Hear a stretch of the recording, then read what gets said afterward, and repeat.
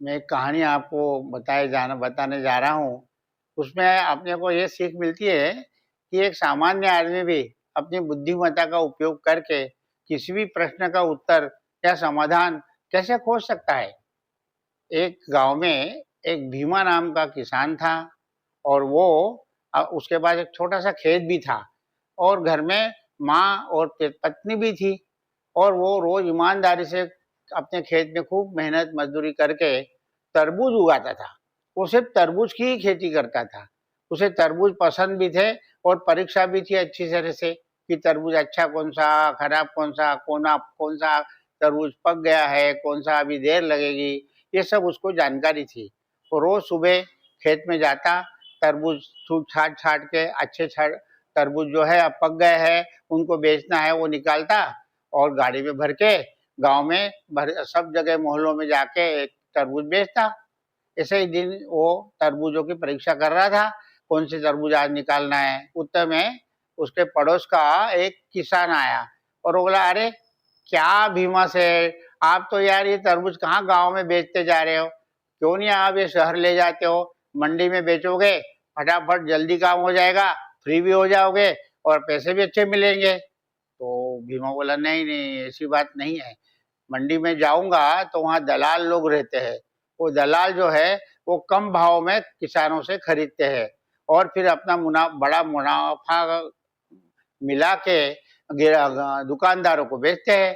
फिर दुकानदार भी अपना मुनाफा मिला के अब खाने वाले कस्टमरों को, ग्राहकों को बेचता है। तो आप 10 रुपए में बेचा, वो ग्राहक तक बेचते बेचते 16 रुपए का हो जाता है। तो इसके बजाय कि मैं ये हर ग्राहक को खुद ही बेचूं तो उनको अच्छा ताजा खरबूज तरबूज मिलेगा। तो वो कुछ बोला नहीं किसान। फिर भीमा अपनी गाड़ी में तरबूज भर दिए उसने और फिर गांव में निकल पड़ा बेचने के लिए। उस गांव का नाम था नवापुरा। उन बेचते बेचते दोपहर हो गई, ध्यान ही नहीं रहा, वो बेचते बेचते करते नवापुरा के आगे निकल गया। वो आगे का गांव था रामगढ़। रामगढ़ में भी उसने तरबूज बेचे और फिर वो करते करते शाम हो गई। तो अब वो बोला, अरे अपन तो बहुत दूर आ गए, अपन अब घर कैसे जाएंगे, इतनी रात होने आएगी, ये सुनसान ये रहता है, जंगल का रास्ता रहता है, तो ये ठीक नहीं है। अपन को यही कहीं तो भी सोने की व्यवस्था करना चाहिए, रात अपन यहाँ कहीं गुजार लेंगे और सुबह अपन निकल पड़ेंगे। तो उसने बोला, ठीक है ऐसा ही करते हैं, देखते हैं धर्मशाला वगैरह कुछ मिल जाए जहाँ अपन बैलगाड़ी रोक के और अपन सो सकते हैं। वो करते करते थोड़ा आगे गया तो एक बहुत आलीशान कोठी दिखी उसको। वहां एक गार्ड भी खड़ा था। तो गार्ड को पूछा, भाई साहब इस गांव में कोई धर्मशाला है या कुछ रुकने के लिए जगह है। उतने में क्या हुआ, इस कोठी में से उसके मालिक शिव नारायण जी निकले। शिव नारायण जी गार्ड गेट तक आए। उन्होंने बोला, भाई क्या हो रहा है। तो भीमा बोला, मैं भीमा नाम का किसान हूँ, नवापुरा का, ये तरबूज बेचता हूँ। ये तरबूज बेचते बेचते यहाँ आ गया, रात हो गई, अब मैं घर नहीं आना के बजाय यहीं कोई धर्मशाला में विश्राम करना चाहता हूँ, इसलिए गार्ड से पूछताछ कर रहा था। तो अरे बोले, कहाँ धर्मशाला के जाने की जरूरत है, ये अपनी बड़ी कोठी है, आओ आओ बैलगाड़ी अंदर लेके आओ, तुम यही रहो, यही रुको। फिर उसने बैलगाड़ी को अंदर बुलवाया, बैलगाड़ी अंदर ही बैलों को छोड़ा और बोले, अब अंदर आओ आप। तो बोले, रुको मैं बैलों को जरा, बैल भी थक गए हैं, मैं भी थक गया हूँ, तो बैलों को जरा चारा पानी करता हूँ। उसने गाड़ी में से चारा निकाला, बैलों को खिलाया, पानी पिलाया और फिर उनको वहीं बांध दिया। और फिर वो शिव नारायण जी देख रहे थे, फिर बोले, आओ अंदर आओ। फिर उन्होंने अंदर उसको बुलाया। बहुत बड़ा कोठी थी, बड़ा महल था बिल्कुल। वो सोफे पे बिठाया और फिर उनको नौकर को बोला, इनको पानी पिलाओ। फिर पानी मैंने पिया। बोले, थोड़ा सा विश्राम करो, एक आधा घंटा, और तब तक खाना तैयार है, फिर आप खाना खा लो, फिर आपकी फिर थोड़ी गपशप करेंगे। फिर भैया, अरे मेरे धन्यवाद, आप तो इतनी मेरी ये कर रहे हो सेवा। अरे ये क्यों ऐसा कर रहे हो आप, इतना कष्ट क्यों उठा रहे हैं आप। अरे बोले, नहीं, एक इंसान दूसरे इंसान की मजबूरी नहीं समझेगा तो कौन समझेगा।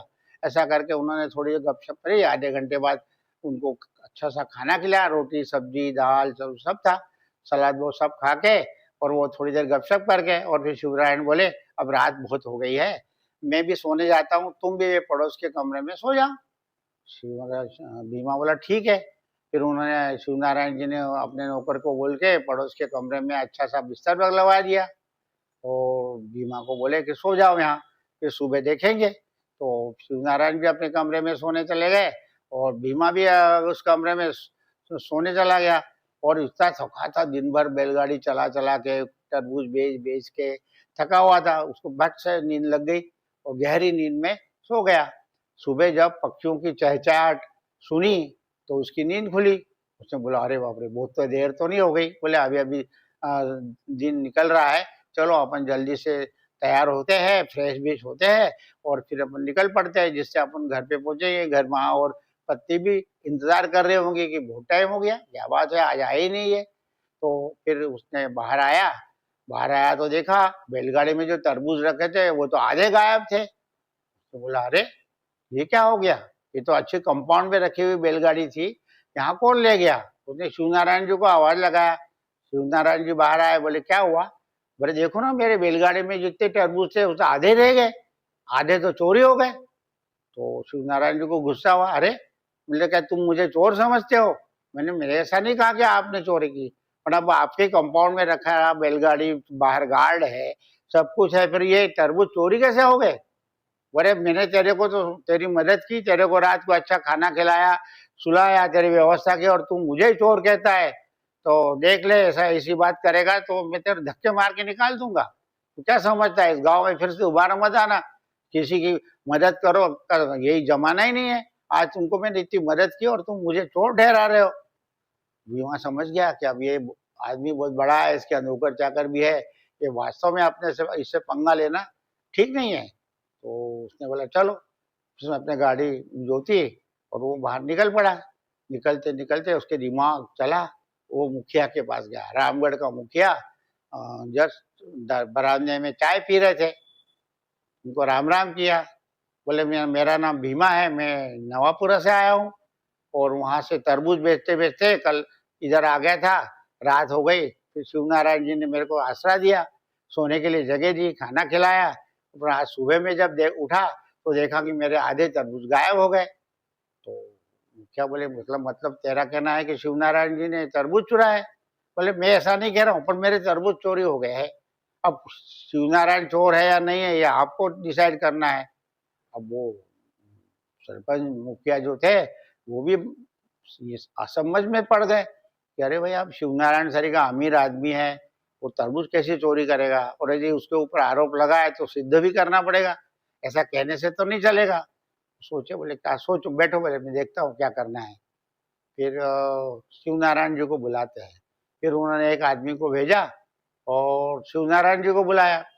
शिवनारायण जी भागे भागे आए, बोले मुखिया जी नमस्ते, बोलिए आपने याद किया मेरे को, इसलिए मैं जैसा था वैसे आ गया। तो बोले नहीं, ऐसा है कि उन्होंने देखा कि भीमा भी खड़ा था, बैलगाड़ी भी थी, तो समझ गए कि ये भीमा ने जरूर अपनी तकरार की होगी। तो बोलो मुखिया जी, क्या क्या आदेश है?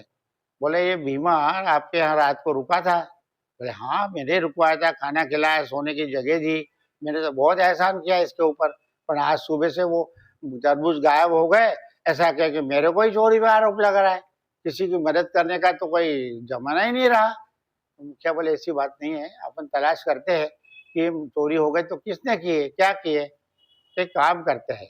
तो फिर शिवनारायण जी बोले अरे मेरे खेत में तो इतने तरबूज होते हैं, मैं इसके तरबूज चोरी क्यों करूंगा? तो विश्वास नहीं होता, आप चलिए देखा है।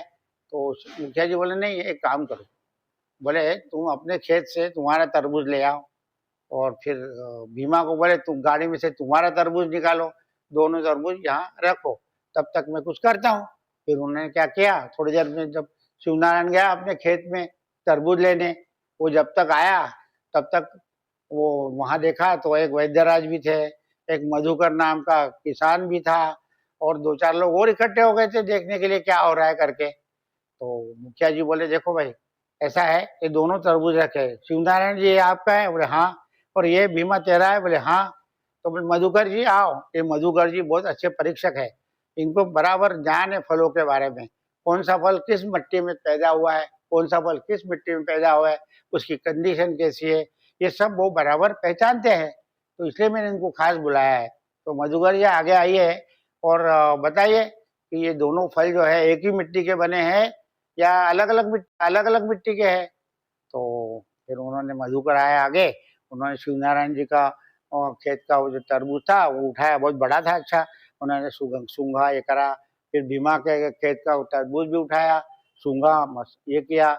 फिर वो बोले मुखिया जी, ये दोनों तरबूजों को ऐसे देखने से तो मुझे जरा कठिन लग रहा है कि ये कौन से मिट्टी के है। इनके स्वाद देखने के बाद ही अपने को पता पड़ सकता है कि ये अलग अलग स्वाद है कि एक ही स्वाद है, ये सब मालूम पड़ जाएगा तब मैं बता सकूंगा। तो मुखिया जी बोले ठीक है, करिए। तो फिर उन्होंने अपने नौकर को बोला, जाओ एक सुरी ले आओ, एक पतीला ले आओ।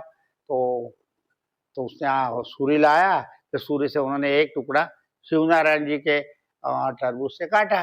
शिवनारायण जी को बताया, बोले ये तरबूज आपका है ना? बोले हाँ। उन्होंने वो ये किया, निकाला, बहुत दिखा तो अच्छा लाल था, बढ़िया। फिर मधुकर जी ने थोड़ा मुंह में डाला और टेस्ट जैसे ही करा तो एकदम से गिर पड़े तो सब घबराए, क्या हो गया, क्या हो गया? तो वैद्यराज जी बोले, अरे इस तरबूज में जरूर कोई जहर है, विषैली पदार्थ है। कि सिर्फ चखते से ही मधुकर जी तो गिर पड़े।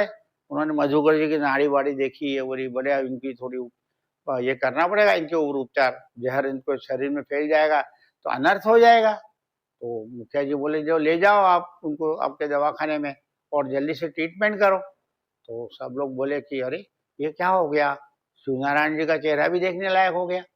और मुखिया जी बोले, क्या बात है शिवनारायण जी, तुम ऐसे जहरीले तरबूज बेचते हो, लोगों की जान से खेलते हो? बोले, महाराज नहीं नहीं, ऐसी कोई बात तो नहीं है, मेरे यहाँ के तरबूज तो बहुत अच्छे हैं, ये कैसे जहर हो गए? बोले, क्या दिख रहा है जहर? तो उतने में शिवनारायण जी बोले, मुखिया जी जरा अंदर कमरे में आइए। तो मुखिया जी को अंदर कमरे में ले गया शिवनारायण और बोलता है, मुखिया जी ये कुछ ले दे के रफा दफा कर दो ये मामला। मैं, क्यों, क्या हो गया? अरे ये तरबूज बुरे, मेरा नहीं है, मेरे खेत का, मेरे खेत में तो तरबूज होते ही नहीं है।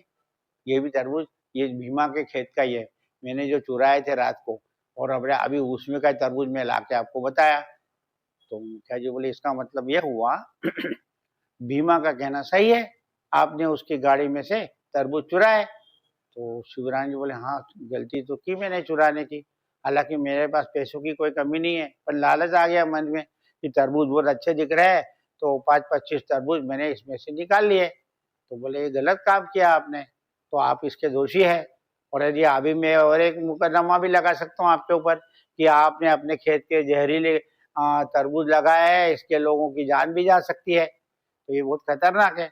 बोले, मुखिया जी माफ कर दो मेरे को, मेरे गलत काम किया है, मुझे छोड़ दो। तो फिर मुखिया जी बोले, चलो बाहर। बाहर वो आए दोनों, और भीमा तो खड़ा ही था वहां, और उत्तर में वैद्यराज जी मधुकर को ले आए।